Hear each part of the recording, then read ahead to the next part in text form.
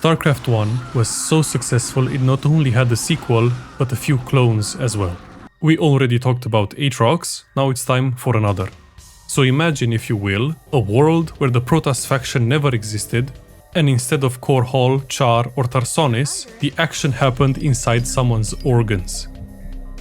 Vital Device, Entrapped by the Queen, was developed by Korean studio Cenozoic Entertainment, or Nation of Games depending where you look, and published by Azora Entertainment.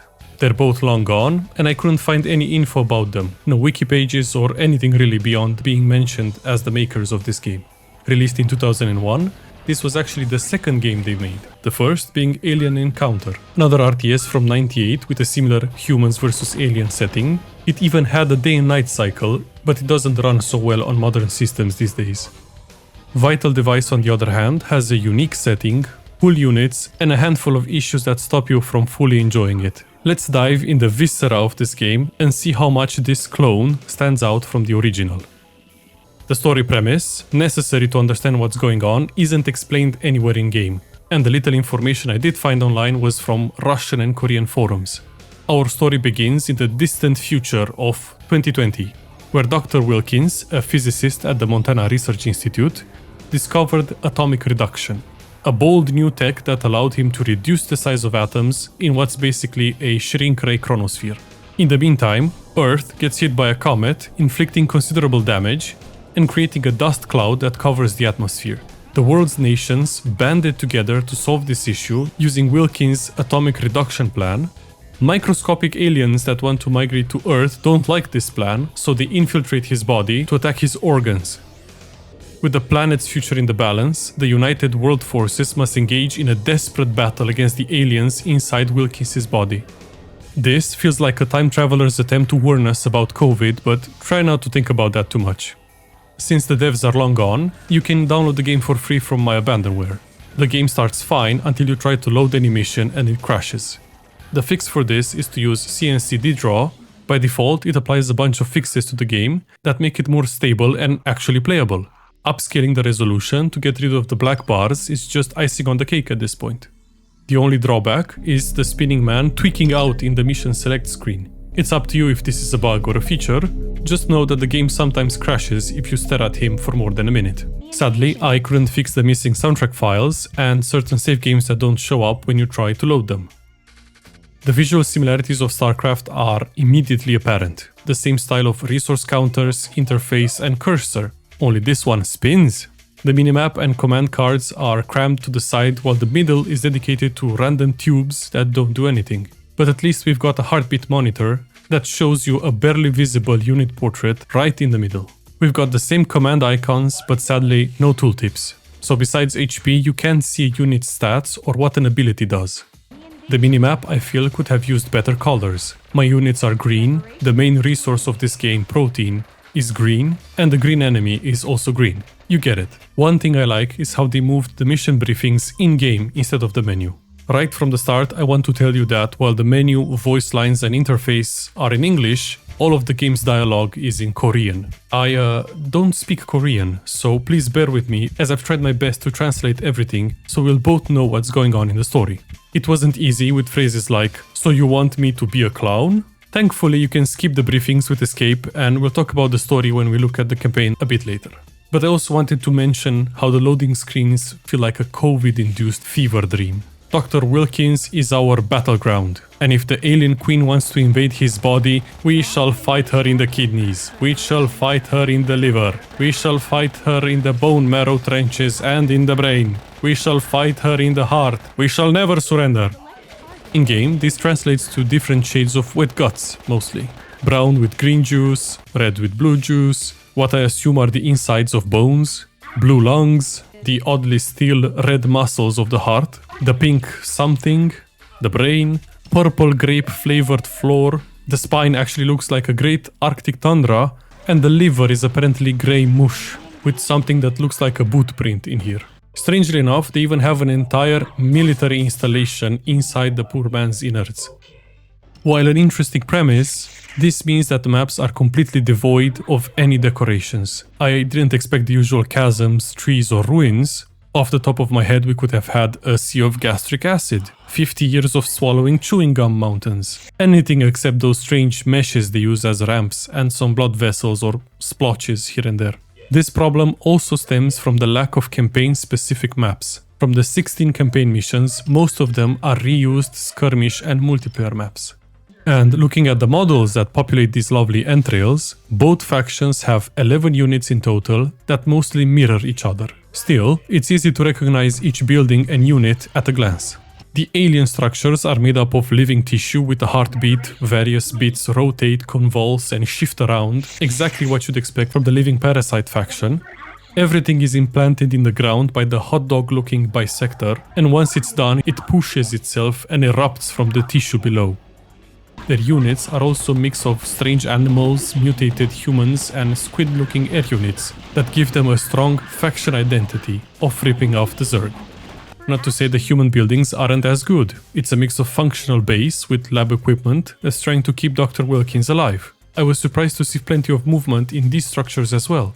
It's also a bit silly how the fake SCV does a little dance holding two flares so it guides the building to warp in from God knows where. Job finished.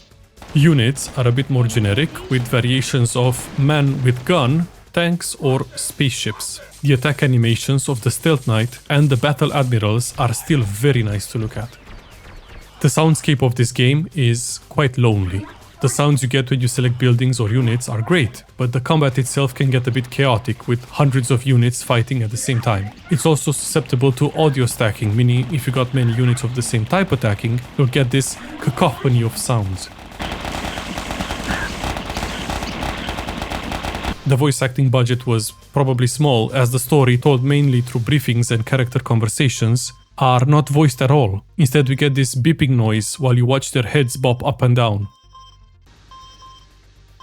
On the other hand, the unit quips are interesting to say the least. The aliens range from random grunts to actual Zergling and Hydralisk sounds. Their main hero is clearly unhinged as they scream Kill me! over and over again. The United World Forces are somewhat better, with them mostly acknowledging your orders. I read it, sir. I read it, sir. I read it, sir. StarCraft Marine quotes, Checked up and good to go. or just how the Korean devs imagined the American soldier.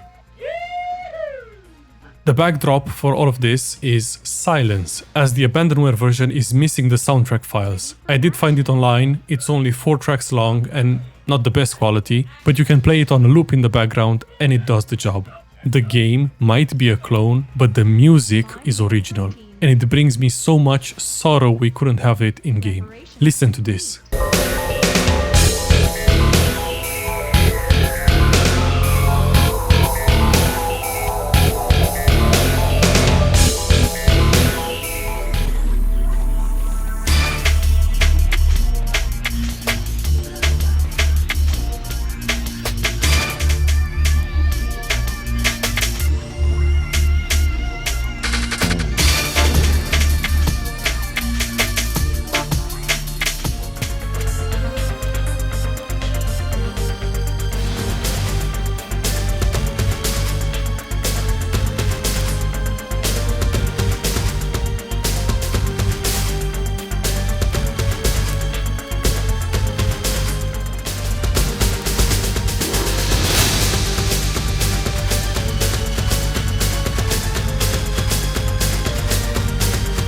The gameplay is very similar to StarCraft as you'd expect, but there are a few differences I want to talk about.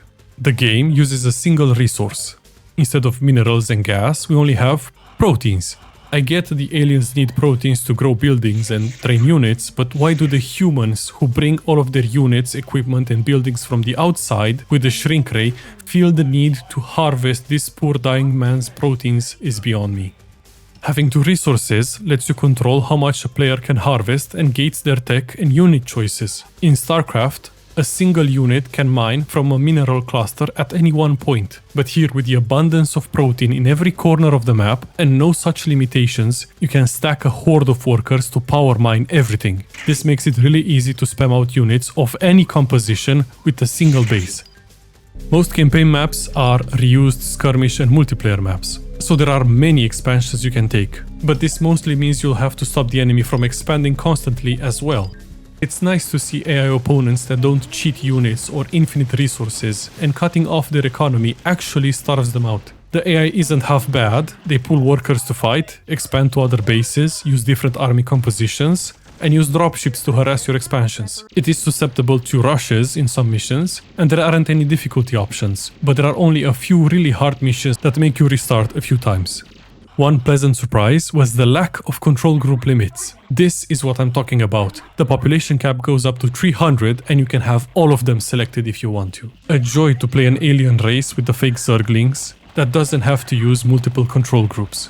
Speaking of Zerglings, Attack Move does a really good job of enveloping the enemy, but it doesn't have any target priority, so it's easy to rush your entire army in and have it stuck attacking some random buildings while the enemy units mow them down. This is amplified by the game's very fast speed.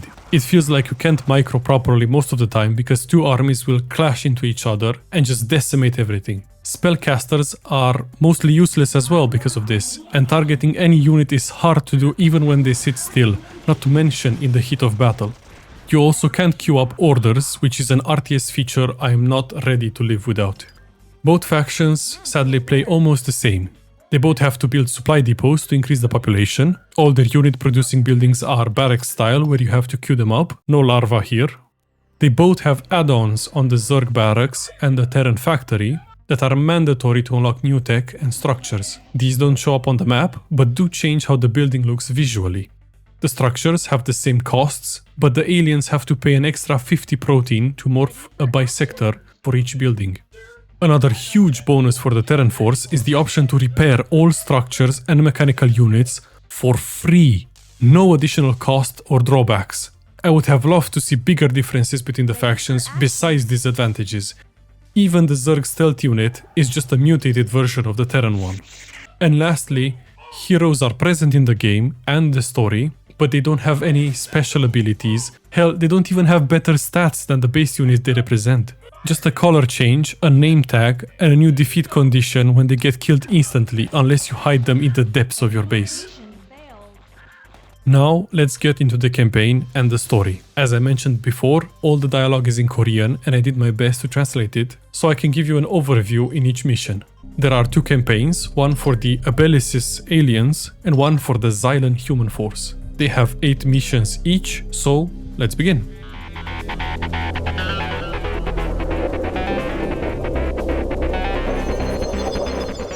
It all starts with the Abelisys fighting another alien race, probably the Protoss, caught from development. The aliens are trying to escape to another planet on board a comet carrying the Queen along with her brood.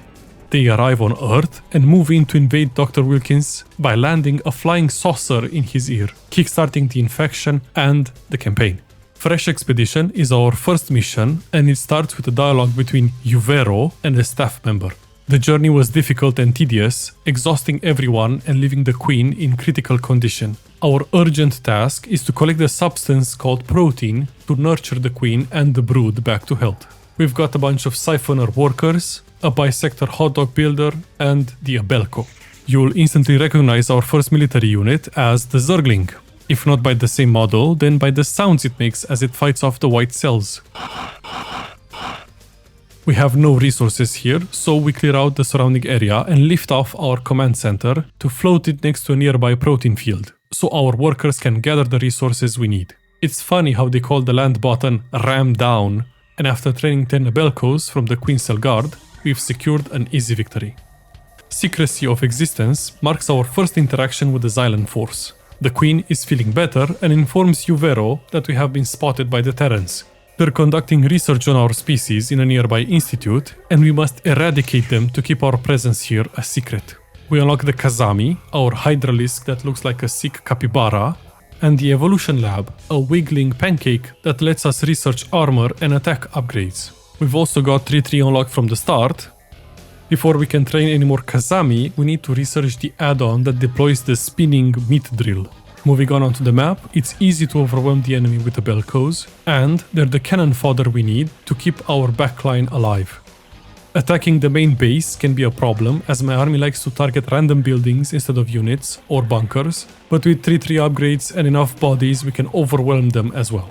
With the last structure destroyed, we get a glimpse of 2 humans trying to escape, the researcher Emily and Jay Lee. The queen is very angry with left survivors and orders us to capture them at all costs. The disclosure. The 2 humans we've missed are heading towards a transmission center with the intention of making our presence known to the outside world. Great General Uvero instructs Cyclops, a flying wiggling spider, to capture them. I'm not sure if he's a Cyclops or just has psychic powers, but his abilities are useless. An AoE speed upgrade and about 30 HP worth of healing over time.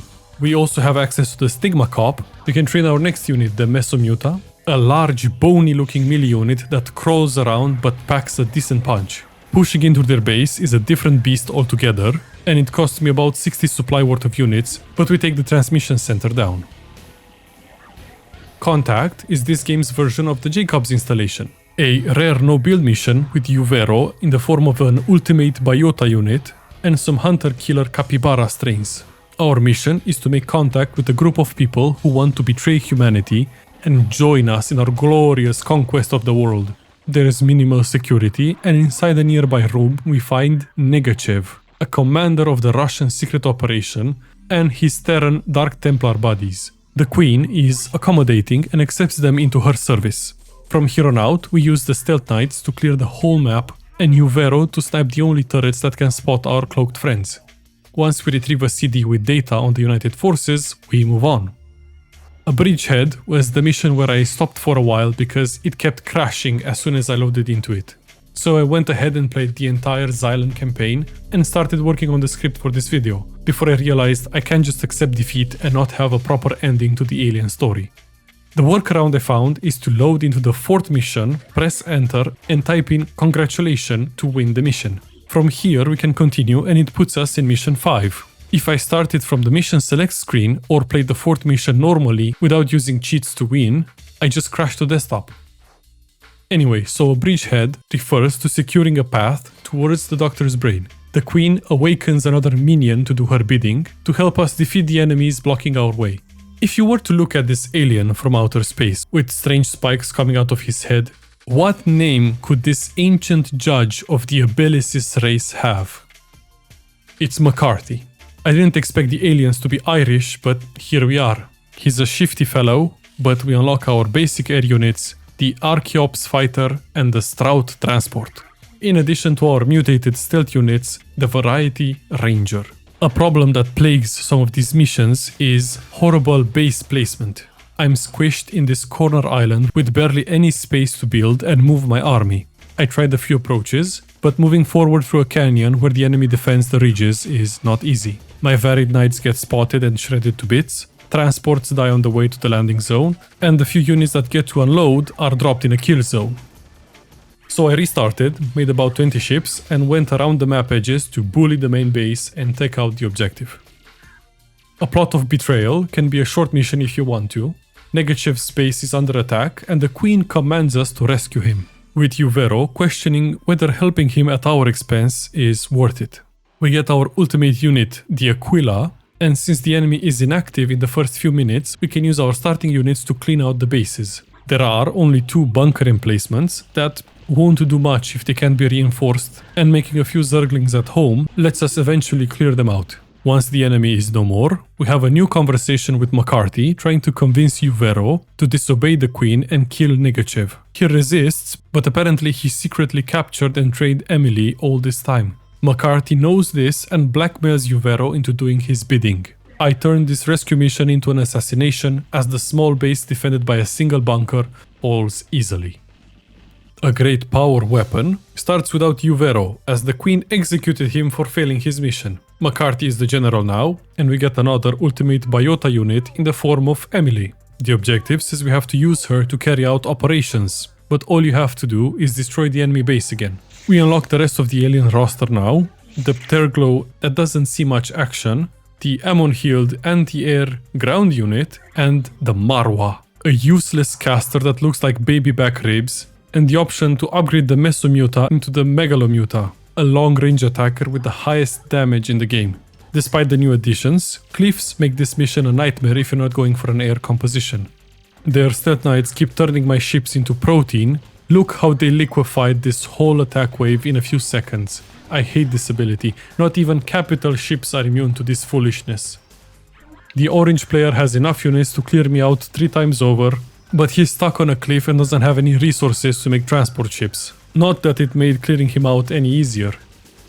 The last battle starts with the Queen motivating us in the final struggle. The way to the Doctor's brain is almost ours, and once we secure it, we can absorb the Zoo component of the brain to strengthen our bodies. With the Doctor's death, the project to save humanity will also fail. Sadly, this mission kept crashing for no reason over and over, regardless of what I was doing, after about 15 or 20 minutes. I wanted to see the end of the story, so I used cheats to win this one before it could crash. The Queen gets in the brain, where she extends her hair pipes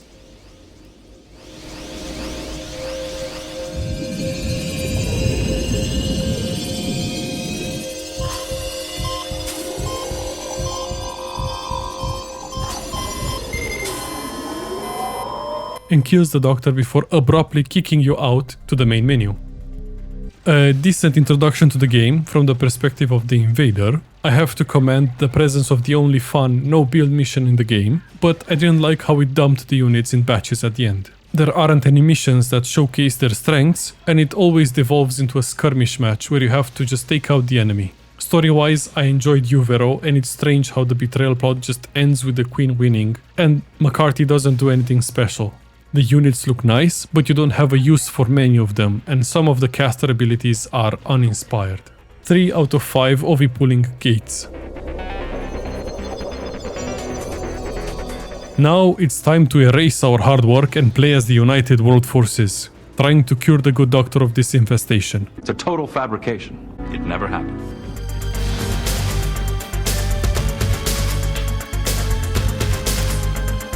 It starts with Wilkins, naked in a medical scanner as Dr. Catherine looks horrified at his private parts. We then get to see the atomic reduction sphere thing, shrinking the expedition team.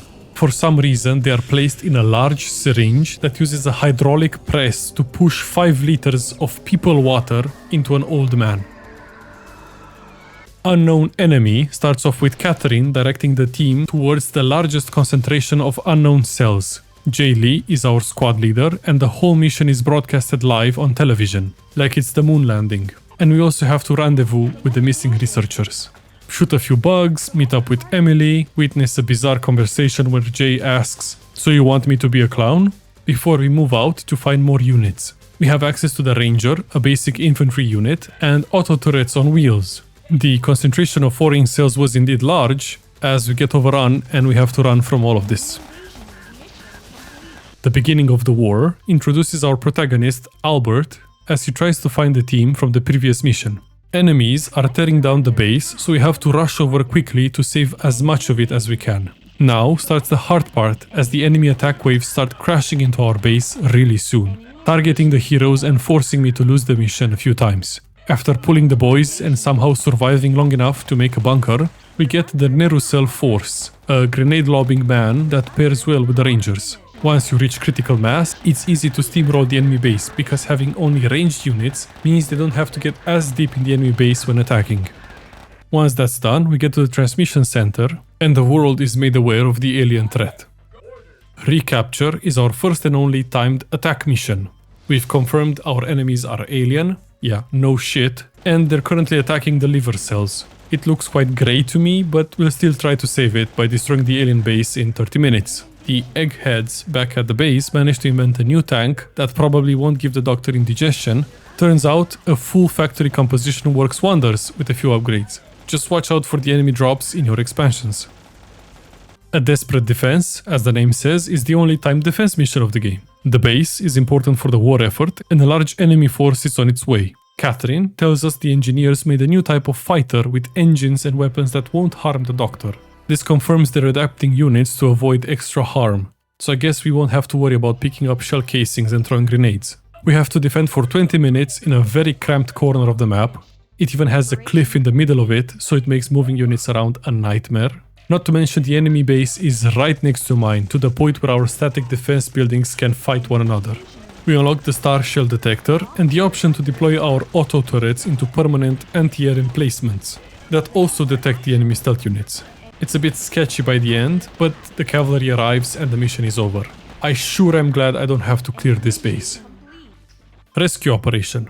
We get a transmission from a crashed ship with a Russian intelligence agent requesting asylum. We need whatever information he has, and once again I'm wondering, what are Russians doing in this man's body? How did they get in? It's time to dominate the skies with the new Nighthawks. Oh wait, they're called Nighthawks in-game. So the Hawk is a small fighter that can attack both land and air units. We have access to the air lab with upgrades for units I don't have yet, but not to the building that has attack and armor upgrades for air units. Mass enough of them and it doesn't matter really. Air mines are also a thing. The humans finally invented the Scourge, but I haven't used them really because the enemy favors ground units most of the time. This was the hardest mission so far, with the enemy having entire rows of static defense, anti-air units, and the varied rangers that cause my units to frenzy and attack each other. It took me a long time, almost an hour, to clear the map and send a transport to the Russian operative. Looking at the score screen, I lost 324 units while killing almost 5,000. This page is actually a mirror because I had the same face as this shell-shocked marine by the end of it. The last of the betrayal is our only mission with an ally. Negachev is back. They found out he was a spy and the attempt to arrest him was foiled when the entire base rebelled and joined him. A new face also enters the game in the form of Commander Cohen, the veritable Colonel Sanders of this operation. We have to find out Negachev's intentions, and I quote, "If this is nonsense, please punish the traitor for Earth and humanity." After the briefing, the game's version of a nuke is launched on Negachev's battle admirals. Normally this would take out all 3 of his ships and Negachev would call us injured, dying, regretting betraying humanity, and would give us a disc for Catherine.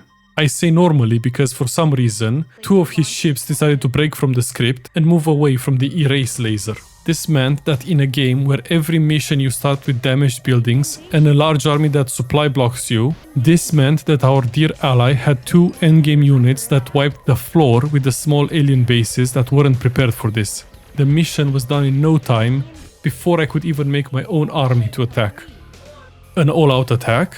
Among the spy stuff from Negachev's CD, we also find the schematics for the Battle Admiral, our very own warship. And Cohen is the hero piloting one of them. He's so happy to be out of retirement, I get to read dialogue like, "Commander, thank you for giving me this opportunity. You truly are a true commander. Please forgive me for my past mistakes. I really respect you, Commander." I really hope this is just Google Translate lying to me. Anyway, Commander Cohen lets us know the Doctor's brain exists and that the enemies are heading towards it. Building the Star Seed Tower engine block lets us train as many battle admirals as we want, within reason of course. They cost 500 protein and 10 population to train. But with a cap of 300, that's a lot of ships. The druid platform that unlocks stealth knights also lets us prepare a nuke for our ghosts, which honestly looks great. I was really prepared for a harder fight, but they barely had any units and I spent more time trying to find the last enemy building in this vast and empty 8-player map.